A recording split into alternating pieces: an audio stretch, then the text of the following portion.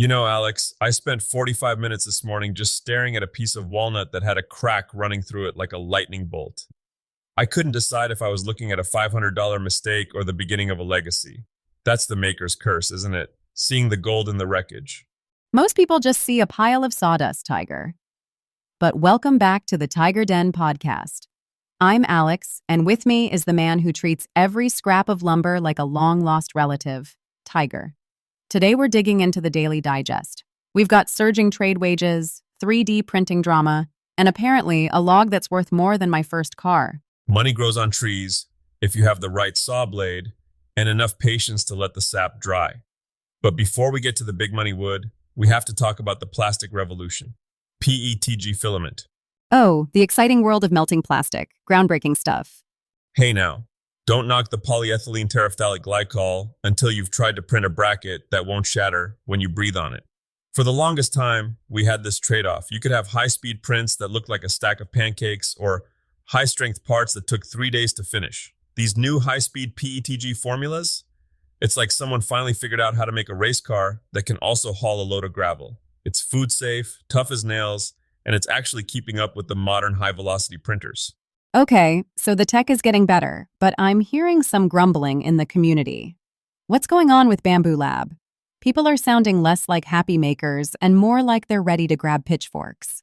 It's the open source soul-searching moment.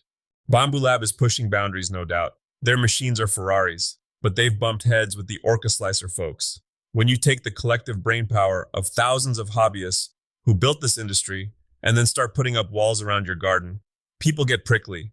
It's a delicate dance. If you're a maker, you're only as good as the folks willing to share their secrets with you. When a company stops sharing, the community starts looking for the exit. It's that tension between wanting the best tool but not wanting to be owned by the manufacturer. Speaking of being owned, let's talk about the 9 to 5, or rather, the 7 to 3. The trades are seeing a massive payday right now, aren't they? 30%. That's not a cost of living adjustment, that's a paradigm shift. For decades, we've been told that if you don't have a degree framed on your wall, you're just a backup player.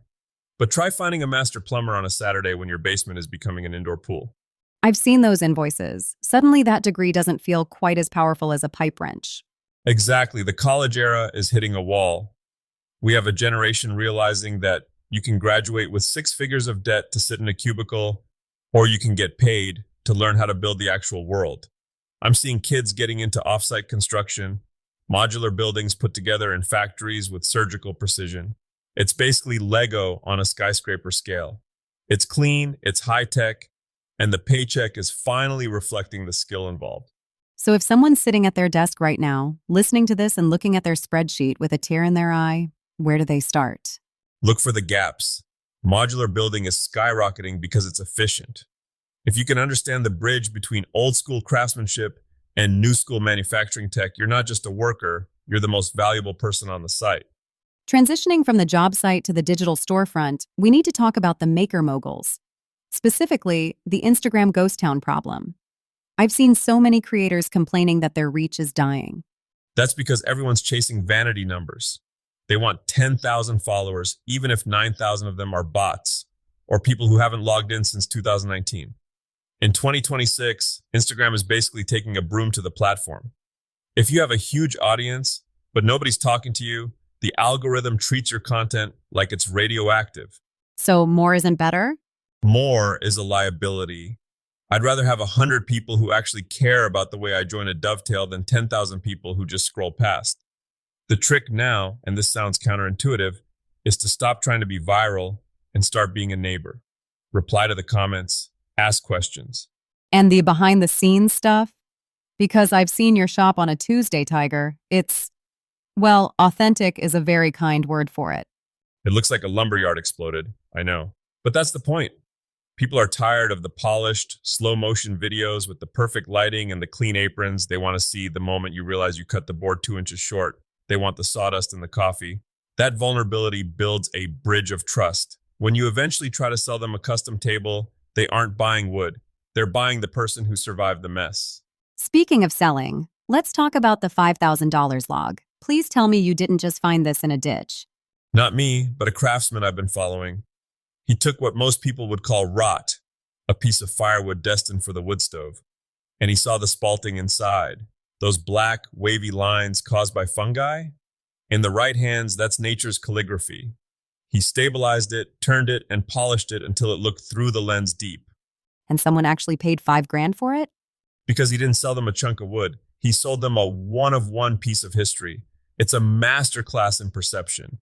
As makers, our job isn't just to cut and glue, it's to look at something worthless and find the value everyone else is walking over. Meanwhile, I'm just trying to figure out how to navigate my garage without tripping over my table saw. That's your first weekend project then. Get that saw on wheels. I'm serious. A mobile base is the difference between a shop you love and a shop that feels like a prison cell. If you can't reclaim your floor space in 5 minutes, you're never going to go out there and build anything. And for the people who do have space, we're talking cutting boards, right? The gateway drug? The classic.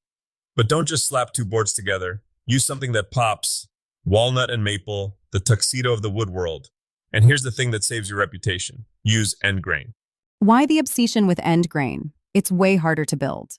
Because it's a gift to your knives. Think of the wood fibers like a bundle of straws. In a long grain board, you're cutting across the straws and scarring them. In an end grain board, the knife tip slides between the straws and they bounce back. It's the difference between a board that looks like a battleground in 6 months and one that looks pristine for a decade. Just hide your fingers when you're using the router on those edges. I've left a little too much of myself on a cutting board once or twice. And that's the Tiger special. Hard-won wisdom usually involves at least one Band-Aid. At least. But look, whether you're looking at a career in the trades or just trying to get a glue up right this Sunday, the lesson stands. The value is always in the details. It's in the speed of the filament, the authenticity of the post, or the direction of the grain. A good reminder that good enough usually isn't. Where can people find more of these deep dives? Head over to the TigerDen blog. We've got the full learning paths, whether you want to become a maker mogul or just master the mobile shop. Everything's there to help you build a better life by hand. Thanks for joining us in the den. Now go make something. And keep your blades sharp. It's a lot harder to cut yourself with a sharp tool than a dull one, and it's a lot less embarrassing when you do.